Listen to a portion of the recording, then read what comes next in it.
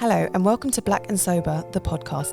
The aim of our podcast is to connect with people from a drinking culture, especially those like us from the Black community who have chosen to go against the grain and enjoy life without alcohol. We started this podcast because we struggled to find anyone from similar backgrounds willing to share their sober story.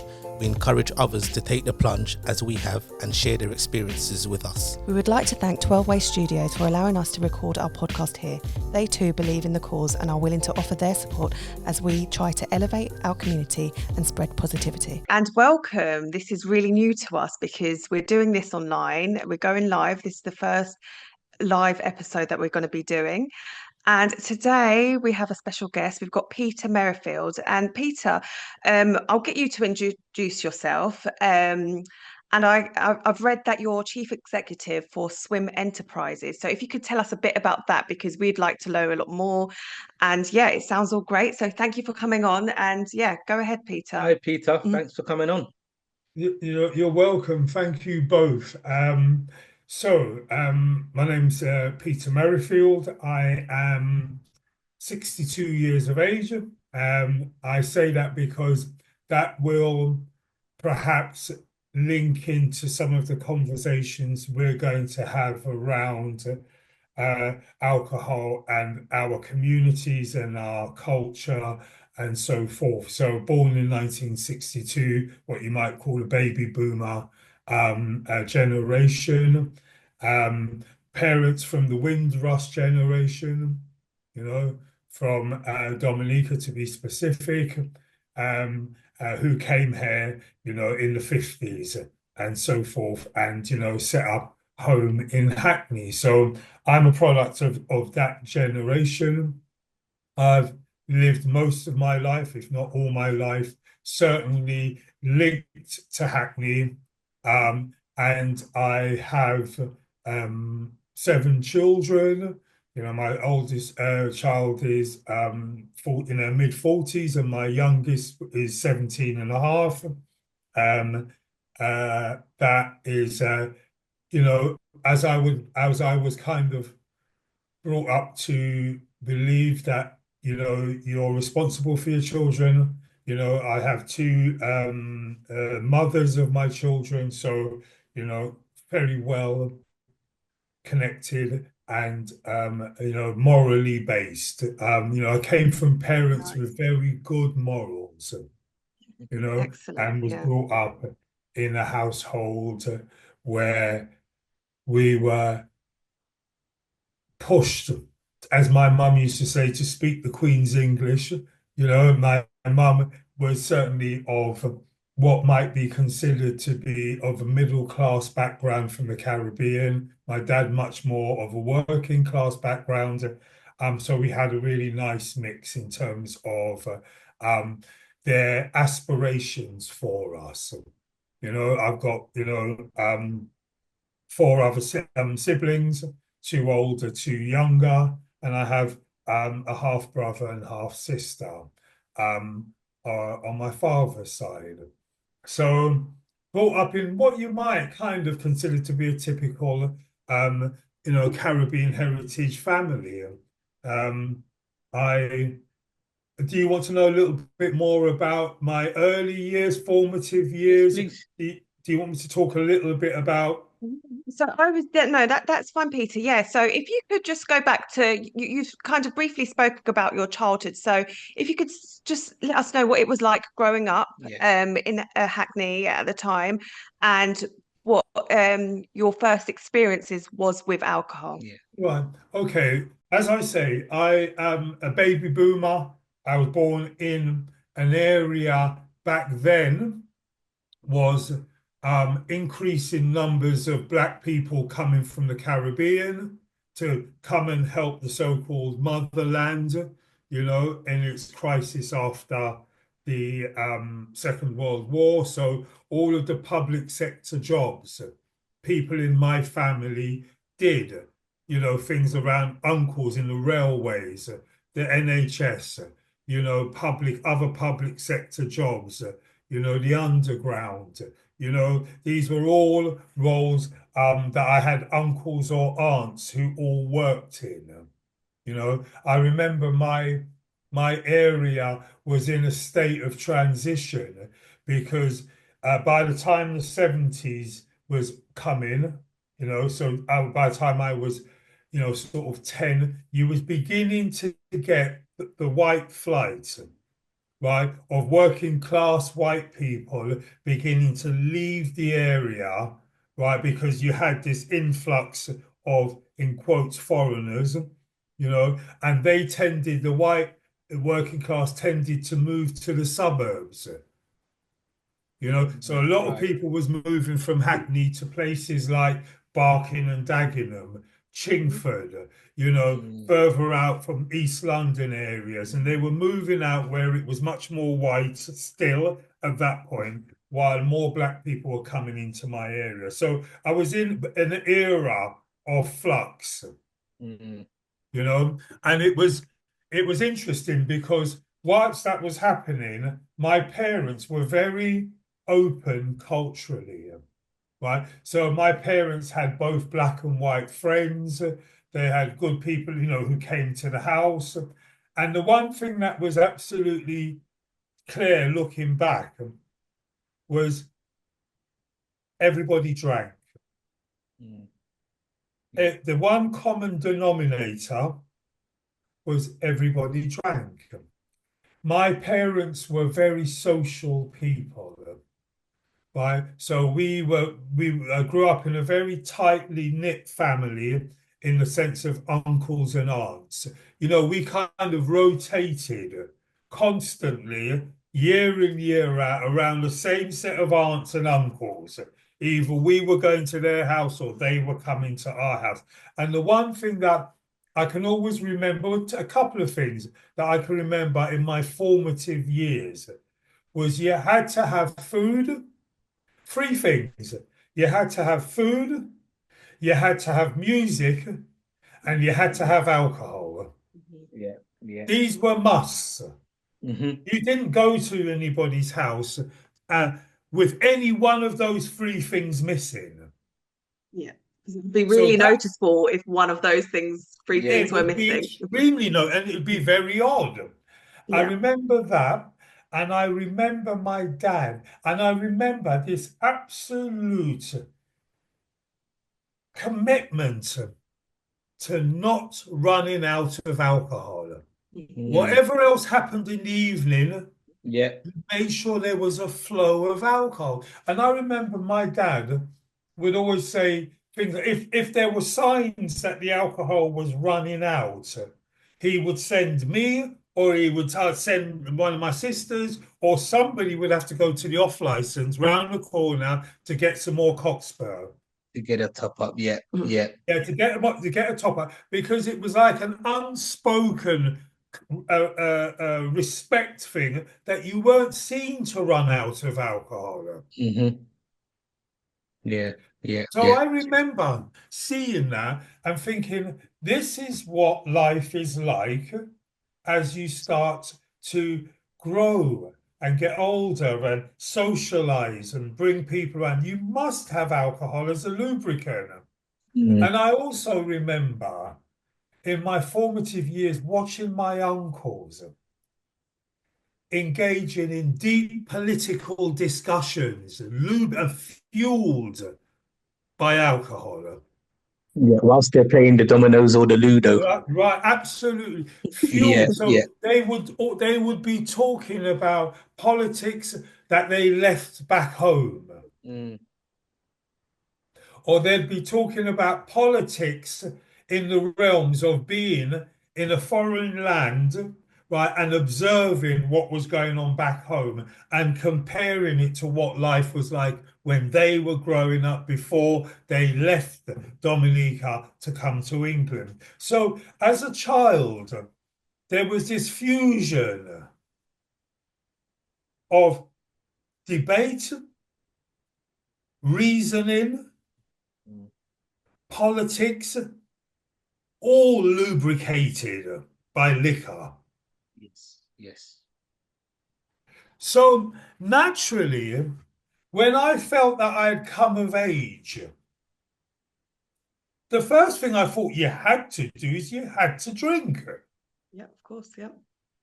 I never knew no one. Right, there was the rare occasions, and it was rare, where maybe an aunt didn't drink Mm. because she was a church person, maybe, Yeah, Yeah. yeah, right? Or if she drank, she only drank one glass, Yeah. right? Because she was a good and proper person. So she was not going to get blathered by liquor. yeah. Mm. Right. So that was like an anomaly. It was like a rarity because why wouldn't you drink? So they were Mm. like the kind of odd ones out. I certainly didn't know any males around me, Didn't Yeah. drink. males that were Mm. important to me, like my uncles. I certainly didn't see any of them that didn't get Mhm. drunk. And the other thing that was also pertinent to me, looking back on it, is most people drank to get drunk. Yeah, Mm. yeah, And, yeah. and looking back on it, it was like the objective of Mhm. drinking was actually to get drunk. Yeah. Yeah, that's very similar, Peter, to my habits. I drank to get drunk. I didn't drink to socialize. I wouldn't start drinking to have one drink, and leave the function or whatever. If I'm putting the alcohol to my lips, it's to get drunk. And that so naturally, that was you might call the apprenticeship that I had into Mhm. Yeah. alcohol. That was the Mhm. apprenticeship.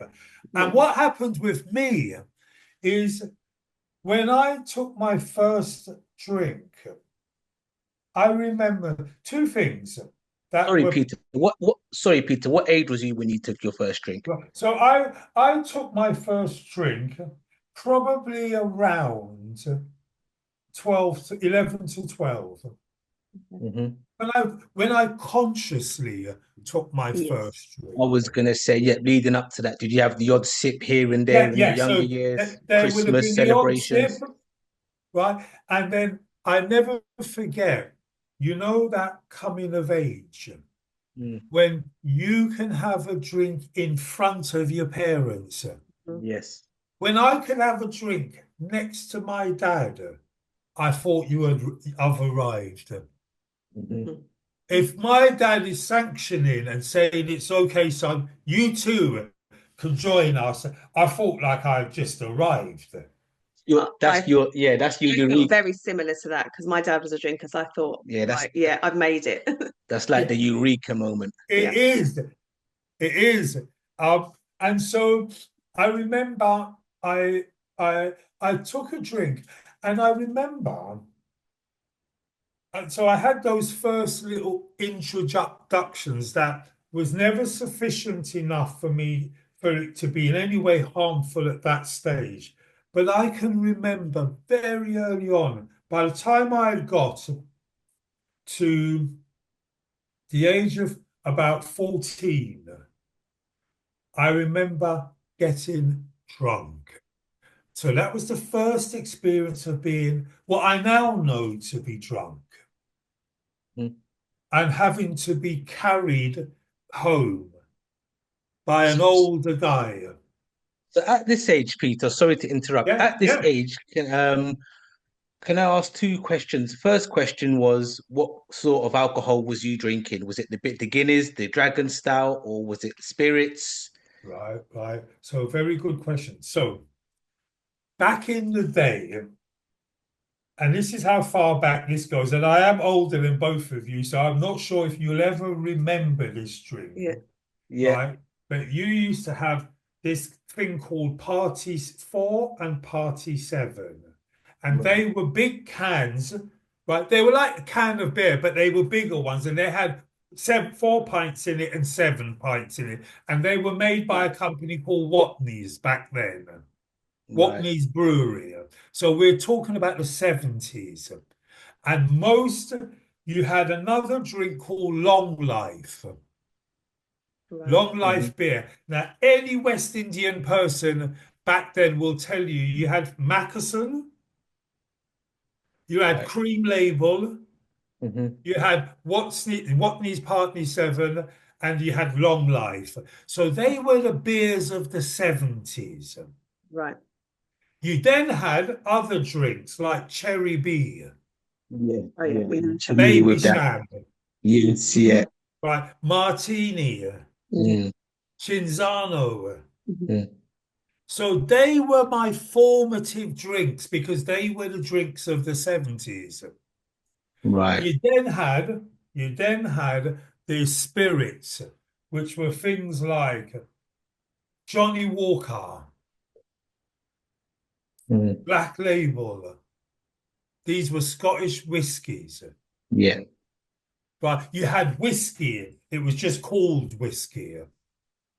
These were the drinks that are, and then of course you had Guinness, yeah, yeah, yeah. like running right alongside them. So there was this variety of drinks that was available in the 70s. Mhm. And that's what I cut my teeth on. It could be Right. any one of them because what I come to realize afterwards is that very quickly it wasn't really about the taste. It was about the feeling, I It guess. was about the effects. Yeah. So that leads me on swiftly on to my second question, Peter. So you've mentioned that you first got drunk, like sort of had to be carried out when you was about 14, did you say? Yep, yep. So what were your drinking habits around this time, leading up to the point where you got drunk for your first time? Well, I would say up until that point, there was nothing about my drinking habits which was going to suggest that I was going to become a problematic drinker. Mm, There was nothing up to that. I can't say that at that point I'd already developed a drinking habit. okay, right, But right. what was obvious to me was that I didn't have a cutoff switch. Mm, So, like most people at that age, my sense when they're about to tip over and it's going to become blackout drinking or drinking to uncomfortable stage. You know mm, that lack of a cut-off switch. yes. I So had that. you know that drink that you take, the one that you know you shouldn't take, It's gonna send you over. Yeah, is going to I guess, tip you over. yeah, it's yeah. be like, no, Ricky, don't drink, don't drink. He's drank. Yeah. Well, It's he used to that do that to me as well. Yeah. Yeah, that's right. And it's the one that's going to turn your night from being a pleasurable, happy, Mm, joyous one to one where you're going to potentially be hugging the toilet bowl and being quite yes. comfortable with that. Hmm. Yeah. Do you get me? Yes, yeah, absolutely. Million times. Absolutely. So, but at 14, I wouldn't say I had any dependency or any particular habit apart from the one thread that was already running through me is that if you were going to have more than two people together, you needed to have a drink with it. Mm. Yeah, and maybe I should have rephrased that question, Peter. Sorry, not particularly your habits, but what sort of settings was you drinking in? Was you drinking at home with the family, the uncles and the aunties? Was you in a pub with the lads? Was you in a park with your mates, Right. or I was you on your can doorstep I, outside on I the can stoop? tell you, I can tell you very, very quickly, I ran two drinking habits parallel. Hmm. So my dad was the kind of man who would every evening my dad would buy 4 cans of, by the 80s, it was Holston Pills was the drink. Yeah, My, yeah. that was my dad and my uncle's drink. That's the first drink that I remember them drinking. Hmm. That's right. So Holston Pills. So it had moved on from all those 70s drinks I told you to Holston Pills being the one Yeah. and Cockspur rum. Hmm. Hmm. Right. So my dad would get every evening after work, about 7 o'clock, he'd have dinner and he was a very regular man. God rest his soul. He was a very ordered, methodical man. Mm. So every evening he would go and get 4 Holston pills.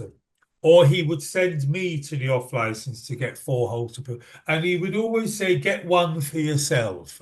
Yeah. What Right? age are you at this sort of time, So I Peter? would have been 17, 18, but most of Yeah. the time he would go and get it. But certainly by the time I was able to go and buy it, Yes. Yeah. he might Yeah. say to me, "You go and get it," and his words would always be followed by "Get one for yourself." Yeah. Yeah. So get him 4, get one for yourself. And I would watch my dad right throughout my early teens have his 4 bears, go from coming in from work, having his dinner, settling down, then having his 4 beers, getting a little bit tipsy-ish, Mm, right? Right, but nothing major.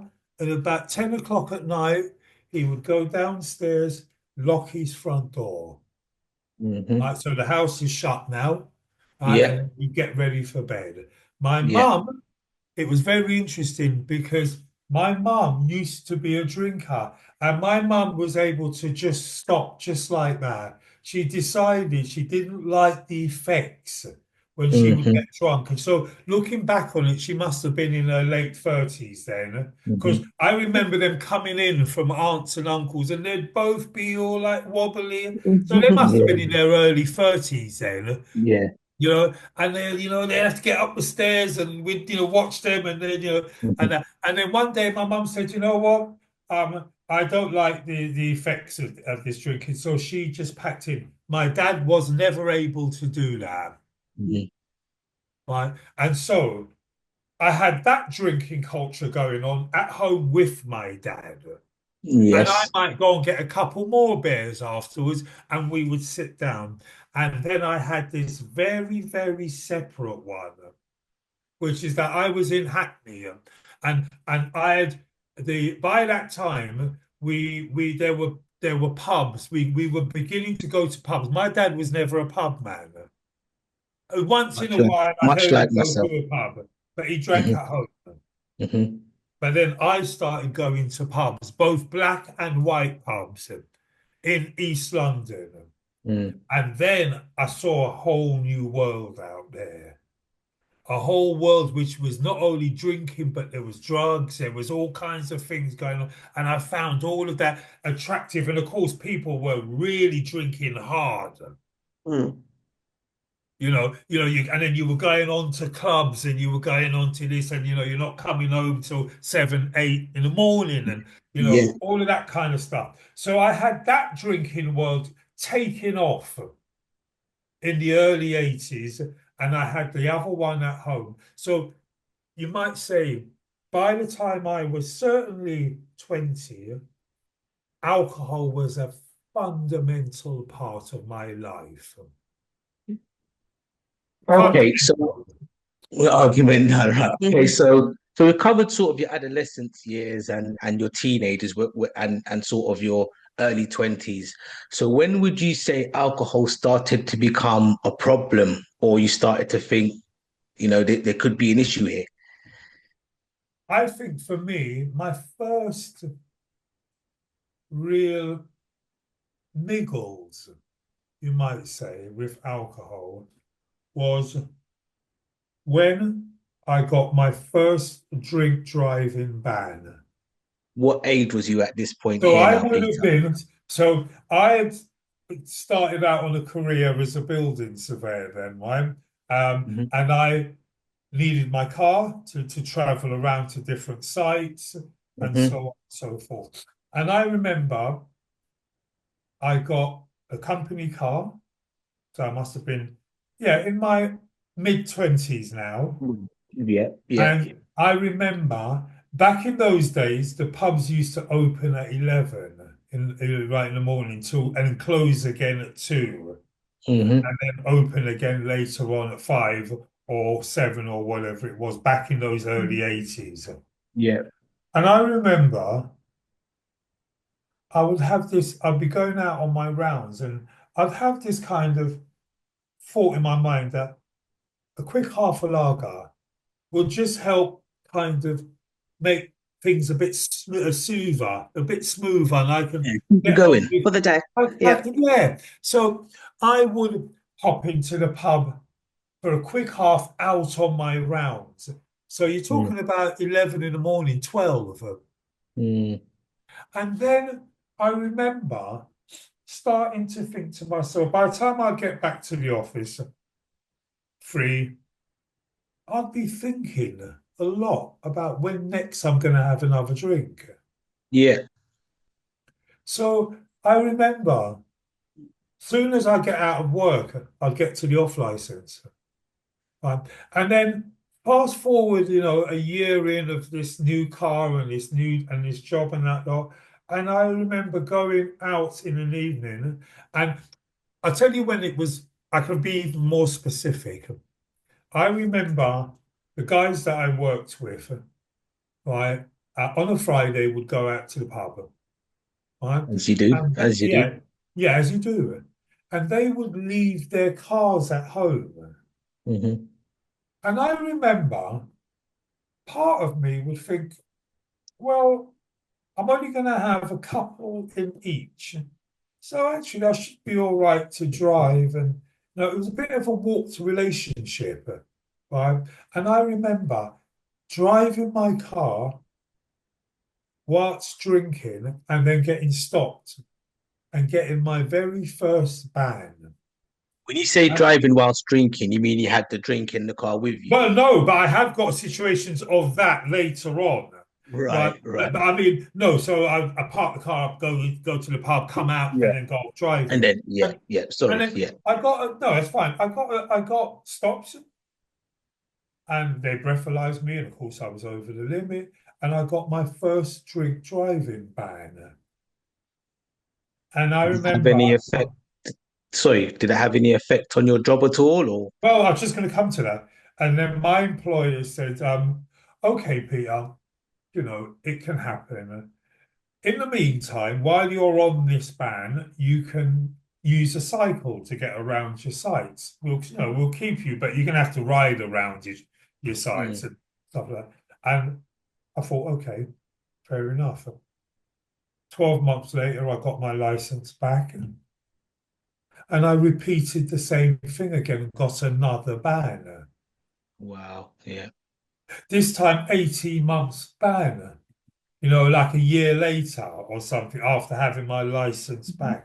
So yeah. we're now looking at sort of late 20s now, and it's becoming obvious to me that even though I love my career, I'm ambitious, I want to do well, my parents are proud of me, this, that, and the other. This drinking business is really causing me problems. Mm. I never knew, but what I didn't know, and I got a third ban after that, at which point I lost my job. Mm. The same job that you was The doing. same job, yeah. In the Wow. end, they just couldn't, and obviously because there's shame and guilt that, drinking was now causing me such problems and there was nowhere at that point that I knew of that you could talk about this. Mm. Mm. There's no way you go. Nobody in the black community talked about alcohol dependency. Yeah. You see, what I learned, and I look back, is my wonderful uncles. A number of them died early. Looking back on it now, through organ failure because of their alcohol dependency, but we didn't talk in those terms. In Yep. our Mm. community, nobody talked about being alcoholic or any words like that. Just no one talks about it. Mhm. You might Absolutely. the nearest we would ever say, I would ever hear my family saying, is that man can't handle his drink. Mm. Exactly, yeah. And that's what I was going to say. Yeah, it's more about you've got the problem. You're the problem that can't handle your drink, and You that's can't what handle I your think drink. people say about us or me. Yeah, yeah, you Yeah. can't handle your drink, and So you so shouldn't drink. therefore you try to prove that you could Yeah, by drinking yes. more. So Peter, yeah, you've just lost your job. Yeah. So I've lost my job. That has absolutely floored me. Mm. because as the only boy in a household of four sisters, being in the middle, my dad was particularly proud, right, of what I'd achieved. I'd become a young surveyor. He would kind of parade me off to my uncles that this is what my son's doing. So there was a lot of expectations a bit on me, right, to make them proud, quite rightly so. And I remember my dad saying to my mum, there's something wrong with that boy's spirit. Right? I remember my dad saying that and how true he was. You know, he knew that it couldn't be anything to do with logic because I was a very capable guy and I'd proven that I was in what I had done in life and where I was going. So it was very baffling because he couldn't understand how you could pay for something that was clearly harming you, or Yeah. you could behave in such a way that that definition of insanity, losing your license 3 times. How is it you haven't put the connection together that your drinking habits and other habits are detrimental to you and are causing you and are going to ruin your life? Mm. So that was one of the features of shame and guilt. Yeah. Massive. A feeling of failure to myself, being feeling a failure to my kids, but absolutely feeling a failure to my family.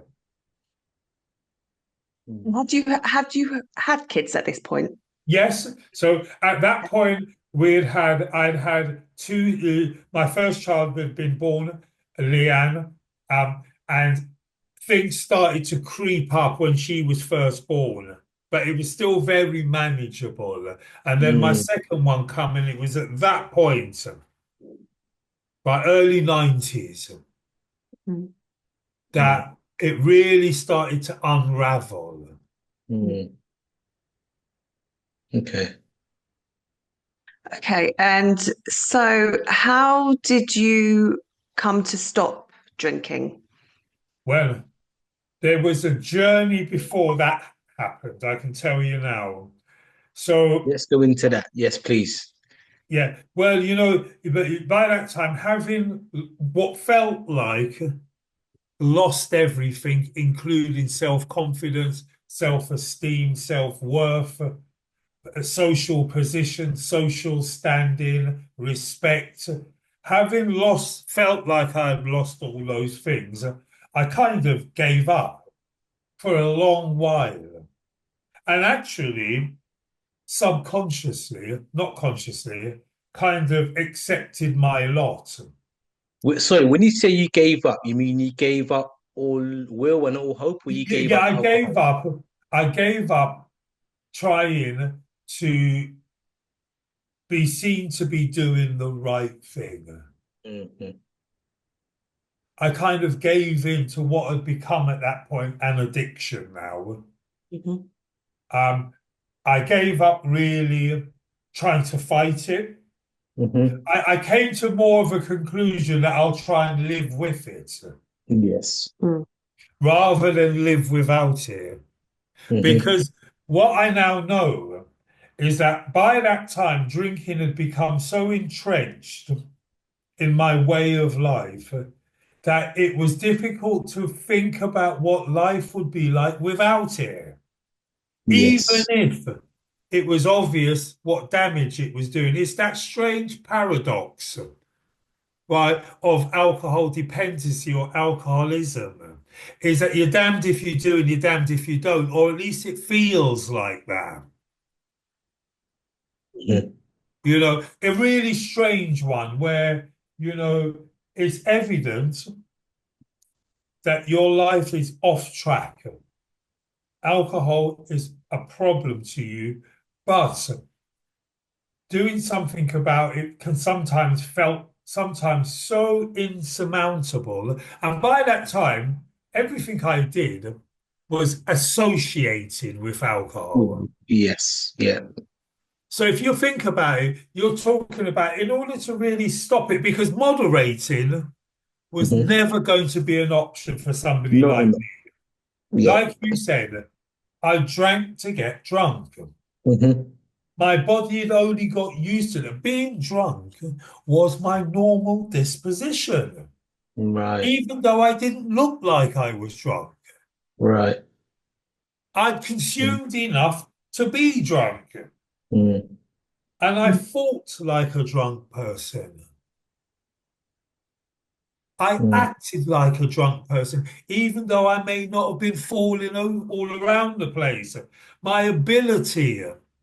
to conduct myself in such a way where it was harmonious with society had gone. So it became easy for you. Sorry? It became easy for you. So that you could absolutely say, Ricky, it became easy. I kind of gave up. Hmm. And I thought, you know what? I'm fed up of trying. I'm fed up of trying to be the best. I'm fed up of trying to do this. I'm fed up of doing it. I'm going to take the easy option and just have a break. Mm. It's what I kind of, really walked thinking. Right. Only Yeah. alcohol can actually walk your thinking to that point that you think Mm. by actually you Yeah. drinking more is giving yourself a break. I mean, it's just weird thinking. Yeah. Anyway, um, so that went on for a long, long, long time. I was out of the game. Mm. I'd become absolutely alcohol dependent. I could not function in any way that you could call normal. So was you working at all again? So I would get periods of some employment and then Mm. it creep back up again. Mm. See, the problem is not only could I not stop, but I couldn't stop even if I tried. Hmm. Hmm. So it meant that really there was one kind of disaster ready to follow another, even if there might have been a little period. I was never abstinent, by the way. I Hmm. didn't even attempt to go for abstinence Mhm. because if I did, my shocking reality would have been in front of me. Mm. When I think Yeah. about my lovely kids, my family, my beautiful parents, my job, my career, I mean, if I had to be stone cold sober, as they say, I probably would have topped myself. Right. Right. So the Mm. idea of facing up to It's that, in reality. I just had to be dampened down. Mhm. Hmm. I had to be sedated. Hmm. So at this point, Peter, did you think to yourself that although you wasn't ready to face that reality, did you know that you one day you were going to, or you would have needed to face the reality Yes, that is you the were so answer much to avoid? that. Yeah, Yes, yeah. I knew that. Was this going to be your lot, Peter? Were Hmm. you that fighter in you, that ambitious, entrepreneurial, whatever you want to call it, person? Are you really going to end your days like this? Are you Hmm. really going to be beaten by this? Hmm. And Hmm. somewhere inside me, the light never went out. Hmm. It was dimmed a lot. Yeah, It was but like not. it was to the point where it was just a pilot light on, It's flickering in the background somewhere. just flickering, but it never went out. Yeah. And then I met up with this guy, another black man, right, who drank and behaved just like I did. And I Hmm. knew it. He was one of us. When I say one of us, he was one of us black drinking guys from the same kind of background as me. Mm. And he got clean and sober Hmm. after decades of chronic Hmm. drinking. You Hmm. never saw Greg without a special brew. No such thing. Yeah. Sorry, Peter. So it sounds like we're about to enter sort of your road to recovery now. Yes. But before we do Yeah. so, Yeah. can I just ask another question? If you Yes. don't mind me asking this question, other than losing your license and losing your job through the use of alcohol, was there any other sort of significant events that or negative events that alcohol um caused to take place Yeah. in your life? Yeah. Yeah. If you Yeah. don't mind me asking. There was, and that was the fact that I couldn't give my children, and it wasn't a single event. It was Hmm. really ongoing events, right? Hmm. So, but if I was to think about a single event, one was losing my home. So technically becoming homeless. Because remember, I've got no job, I've got no steady income, I can't pay rent properly. My life is unmanageable. Yeah. So becoming homeless was a Hmm. big one. And then the other ongoing one, which just used to tear me to pieces, was I could not be the father I wanted to be. Hmm. And I used to look at my kids, and my kids knew that I loved them, and they loved me because I would try my best to try and still educate them, to take them swimming, take them to the museum, to play football with them, to do a lot of home cooking. I would do all of those things, but I'd have to feed the beast at the same time. Yeah. Yeah. And I wanted to give them more. Hmm. And so that there was a sense of shame and guilt and neglect. Hmm. And so that was always, always chipping away at me. Hmm. Yeah. Yeah. Yeah. Always. So I would say it was more like that rather than any single event. But homelessness was a big one. Was the big one. Okay. Right. So we're The just other one, but sorry, yeah, there was sorry. Yeah, sorry. Go the on. other one was drinking brought me into contact with the criminal justice system. Mm, Right? okay. Now, there was nothing about my background and the way that I was brought up to suggest that I should have anything to do with the criminal justice system. It's not the way I was brought up. Hmm. Hmm. I was brought up in a steady, honorable, respectful household. Mhm. Yeah. Yeah. So Mhm. they're getting arrested, you talked about was I drinking while driving? Yes. And I got caught. I pulled up at a traffic light. I was driving again in an unlicensed car because that's the lifestyle I was now in. Yeah. A car I didn't own, a car that wasn't taxed, a car that, probably had no insurance, all of Mm, that kind of lifestyle now. And I used yeah. to have a can of beer between my legs. And I pulled up at a set of traffic lights and I went to take a sip and I looked to my right and there was a police car looking straight Mm, at me. mm. And no, needless to say, it became eventful. All right. Okay. Right, Okay. right. So I ended up getting arrested. I ended up actually trying to run and knocking this policeman's glasses off and all of the rest of it. And you might say, between the homelessness, that event there that happened, I got to and the ongoing shame and guilt. My mum would occasionally phone when I would answer it because I was so ashamed. And she would Mm, say things to me like, "What have I done to you? Why can't I see you? What have I done to you?" I mean, mm, God Almighty, when I think about it even now, it makes me want to cry. Yeah. My yeah. mum would say she done absolutely the best she could for me. I was her only boy. Hmm. Mm. You get me? Yeah. Yeah, Yeah. She that's said to really me, tough. "What have I done, Simon?" And you think like alcohol turns us into someone that we're actually not. And Absolutely. there's certain things that Ricky and I have done while under the influence of alcohol. And in our whole 2 years of being sober, nothing like that has ever happened. Wouldn't even Exactly.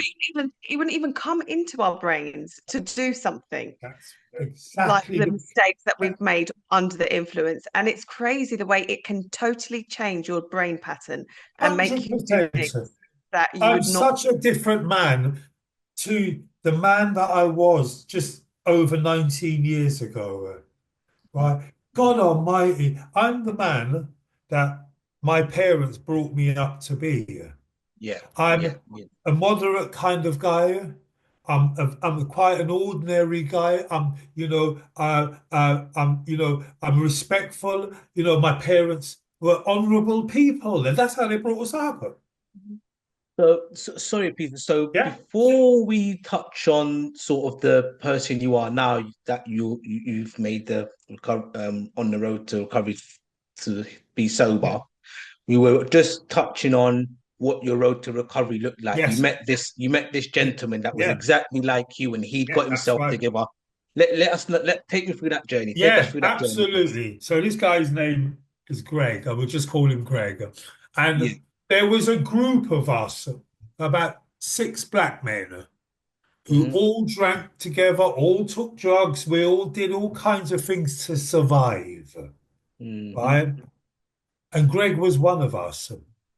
For many Hmm. years, we all congregated together, drank together, talked a load of rubbish together, you Hmm. know, and all had all these stupid, unrealistic ideas about how our lives were going to be under the influence. Hmm. Yep. Anyway, Greg got arrested and he went to prison. And whilst in prison, he threw the towel in and he Hmm. got sober. And then when he came out, he went into a treatment centre in Bournemouth. And then he started to come and visit us in London. And we were all just expecting at some point he'll have a drink. He's gonna cave in. Well, Yeah. of course he's going to cave in, because we know him. He's been a drinker Mm. all his life. Of course he's going to. But he didn't. And he kept saying to me, Peter, it doesn't have to be this way. I never forget those words. And I remember hearing them words, and thinking to myself, what's it going to take for me to ever be able to repair all what I've done over the last 15 years? From losing my job to the day I had my last drink. How am I going Okay. to correct this? Sorry, Peter, to interrupt. What age are you at this point? So I was, so when Greg first arrived, I was 42. When Hmm. Greg first arrived clean and sober, Yeah, I was yeah, yeah, 42. yeah. Okay. And he kept periodically, once a month, once every 2 months, he would turn up where we are. We would all be drinking and jugging and doing all kinds of rubbish. And he would just stay for a little while. He would chat to us. And I remember the thing about it is that although he weren't drinking, he wasn't acting as though he was different to us. Hmm. So he wasn't acting holier than thou. Hmm. He wasn't telling us not to drink. In fact, he very rarely ever said that. He just simply said things like, when you're ready, there is another way. Hmm. Or it Hmm. doesn't have to be like this. The message that came from Greg was in his whole deportment. He had woken up. Hmm. You could see the lights were on in his eyes. He was Yeah. physically well. He was talking differently. It was obvious that he had no obsession to drink. Hmm. And so after a while, I started to get curious. How has he managed to sustain this? How is he still coming round into the trenches? Yeah. I'm not picking up a drink. How's this working? So when I got sufficiently 18 months later now, so we're now coming up to 2005 or 2005. I started thinking, you know what? It was like a combination of things came together. Physically, I was unwell. Hmm. Spiritually, I was bankrupt. Financially, I was bankrupt. I was living in this absolute hovel of a hostel. So Everything, would you say this was your rock bottom now, Peter? absolutely, this is where I'm coming to. This absolutely was. And at Yeah. this point here, when all of those things came together, and I had a realization, a moment that, Peter, it's only going to get worse. You're going Mm. to need to be bold here if you want to stay alive. I had already acquired pancreatitis because of my drinking. So I was Mm. already ending up in hospitals. Mhm. So there was Yeah. physical Early, consequences. and you was early 40s as well. Yes, So, yeah. mm, And I'm in hospital, pancreatitis, needles in my arm, catheters, all the rest of it. My body's breaking down. Mm. And I'm thinking to myself, you've got all these problems, but you've got one person who seems to have overcome it. But more importantly, he's not only stopped drinking, he looks like he's happy. Because Mm. that is, as you will know, that's the paradox about alcohol dependency. The idea that if you stop drinking, your life is going to become glum. Mhm. mhm. Mhm. But in him, there was a shining light. There was something that was suggesting that he Mhm. seemed to be pretty happy still. He was laughing, sober. Yeah. This How is was this possible? Mhm. this is strange behavior because Mm. I'm only used to that slightly high level fake laugh that you do when you're under your liquor. Yeah. Yeah. Because outside of that, there ain't much to laugh about. Hmm.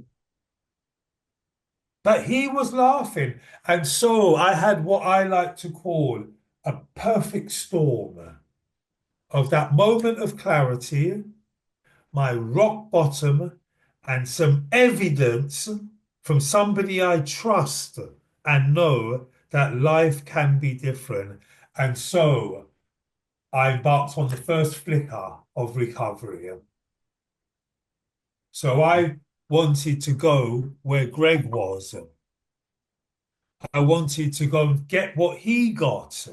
And he promised me, he said, Peter, go and see if you can get some help from your local treatment centre in Hackney. If you can, come to Bournemouth. That's where we are. And in the end, I had a few attempts before that to try and get sober. I went to a detox.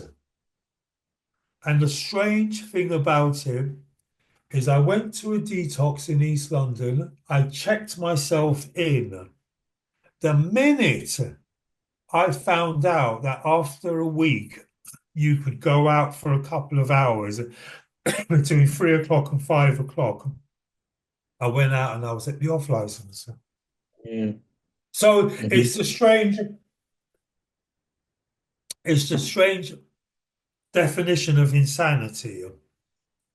Mm. Is that on the one hand, I wanted to stop and I got myself into a detox. But whilst in there, I still had this compulsion to still drink. Real strange one. Hmm. Yeah. And Yeah. needless to say, that detox failed. Yeah. However, it was the beginning of my journey Yeah. because I subsequently went back out there again for some months and all got another beating from alcohol, gave me a good kicking again. I now celebrate this because I share all over the country and I talk all over the country. I talk about the beautiful kicking that Hmm. alcohol gave me, that it only left one option. Well, two really. Go on to the bitter end jails, institution, and death, or pick up a new way of life. You've got no choice here. That's your Hmm. only choice. There is no middle ground to be had. And so I went back for another treatment event, but this time I booked myself in for 6 months treatment, not a detox, because I needed a whole brain rewashing. I wasn't a moderate drinker. I Hmm. wasn't a moderate one. So moderate behavior or moderate psychological interventions wouldn't have done it for me. I was too far down the other end of the chronic variety. Yeah, you're too far gone now. Yeah. I'm absolutely at the other end. I'm the real deal. I have Mm. to be taken out of the game and I have to be You thought nursed. was sorry, it's dangerous for you to just completely just stop Absolutely. at this Well, point, right? but the Because great but the strange thing is, the real strange thing is, and you talk about dangerous to just stop. I ended up in another detox before treatment, before 6 month treatment. And again, I repeated the same thing again, is I left the detox earlier. Hmm. I still went and drank again, but it Mm. got closer now to my final surrender. So So I you're did. 1 foot in now. You're fully I'm one one foot foot in. in. You're I'm 1 foot one in. Yeah. foot in. Yeah. I'm taking that courageous step. And Yeah. then I left early, but then I realized, Peter, you've made a mistake here, boy, right? Hmm. Because you're going to get another kick in here again. And I went back and I said, please put me in the treatment center.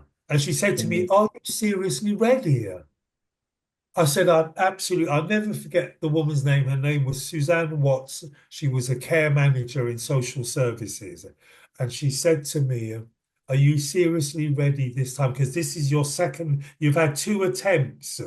Mm. Are you really ready? And I said, I am. And I knew I was this time. Something had Yeah. snapped inside. Something clicks where you just know, isn't it? You got that That's feeling. right. You just know it. You I just know. just Yeah. knew. I'd never forget it. She said to me, right, she went back to her office, back into her office. I was in the front of the office and she came back and she said, right, there is a ticket at the travel agents for you to collect tomorrow morning and you're going to Bournemouth. And I knew my friend Greg was in Bournemouth. Hmm. And I knew I was going this time. And I knew, right, that something revolutionary was going to happen to me, but I had to go with it. And I Hmm. drank, I bought 2 cans of, I'll never forget it, I bought 2 cans of White Lightning, the cider that's never ever seen an apple. Hmm. Yeah. Yeah. Yeah. But never, right? I bought 2 of those and I drank them on my way to Waterloo train station. Sorry, to Paddington. And I got on the train and I sat there, and you know when you know it's game over, you know, right, that something different's going to happen. And then Yeah. I got to Bournemouth, and when I got there, there was my friend Greg to Yeah. welcome me. I said, "Come Yeah. on, Pete," and then he took me to the treatment centre, and I went in the treatment centre, and within a matter of days, I knew something different was going to happen to me. I Yeah. knew that my alcohol problem had been removed. And I will admit, I was told very early on, Peter, you need to get God, you need to get a God in your life Mm. because you're spiritually bankrupt, Hmm. Hmm. right? Hmm. And by yourself, of yourself, you've made a pig's ear of your last 20 years. So we suggest you kind of let go of yourself to a power greater than yourself. We choose to use God. And it took me back to my childhood. It took me back to the fact that my parents were people of God. Yeah. They were people of faith.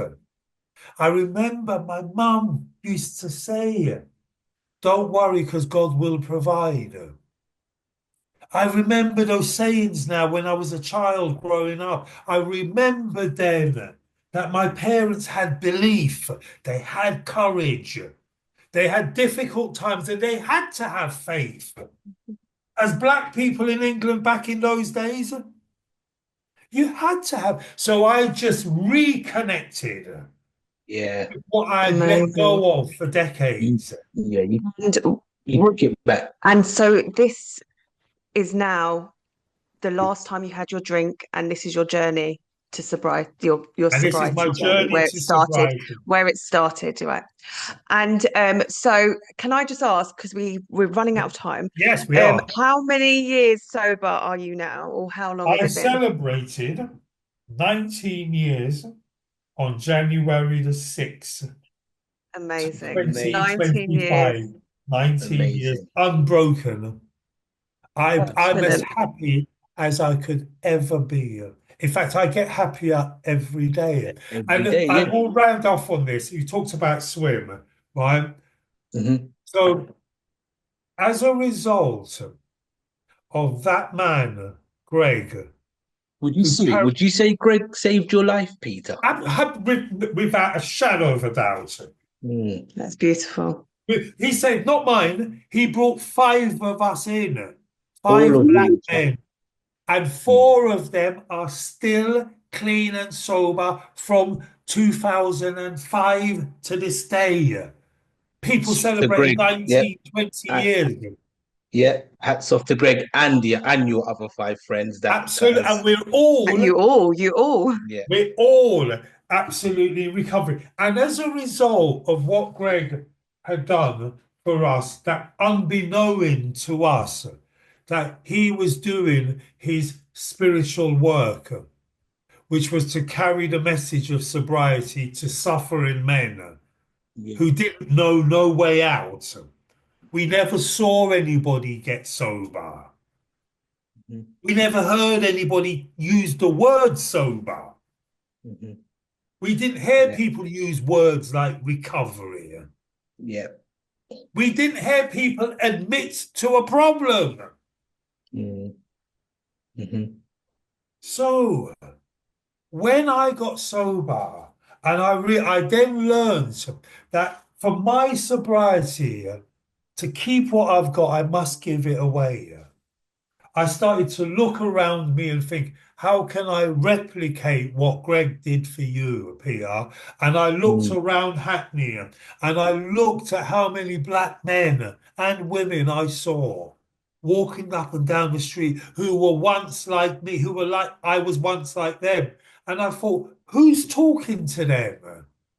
Who's telling them there is a way out? And I thought, Peter, it's your responsibility. So, with that in mind, full of power, full of the old ambitions that was always in me, I set up Swim in 2019 with the purpose of encouraging black men to come in and talk to us. Because they won't go to services, they won't go to other services don't get them.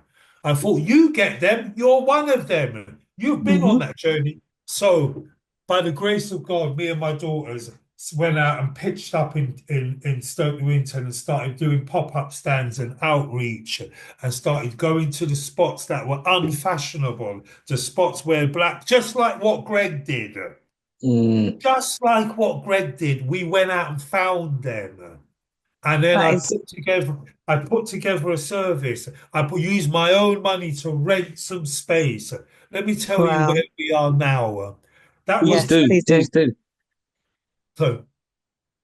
Go ahead. Please do. Yeah, please do. Yeah. Please tell So us where where we you are are now. now is so in 2019, it was me and my two daughters with no money. I just put a couple. Moved some money from my own savings to set up Swim. Fast forward to today. Today, Swim employs. I only did a count yesterday. 32 members of staff. We deliver services across 13 London boroughs. Wow. Right? We have 11 properties. We Mhm. provide 60 bed spaces. We're just about to get planning permission to build a block of 9 flats, Amazing. 2-bedroom flats. We're about to engage and hopefully purchase a piece of land in Waltham Forest to build 30 new homes. And we are now applying to become a registered social landlord provider. We've done that in 5 years. And we've done that I'm because I've honestly been sober. speechless.